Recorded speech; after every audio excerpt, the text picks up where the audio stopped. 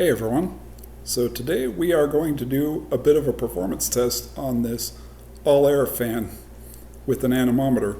So we fired up the anemometer and we're going to tell you what the feet per minute indication is with the anemometer placed 12 inches from the fan. So here we go with low speed.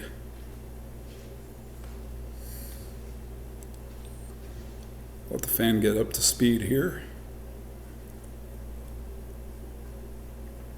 And on low speed, we get a reading of 472.4 feet per minute. We'll bring it up to medium here.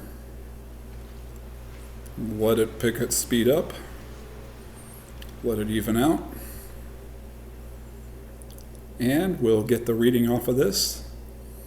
It's 590.6 feet per minute.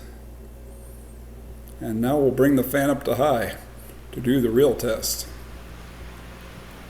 We'll let the fan pick up speed and even out.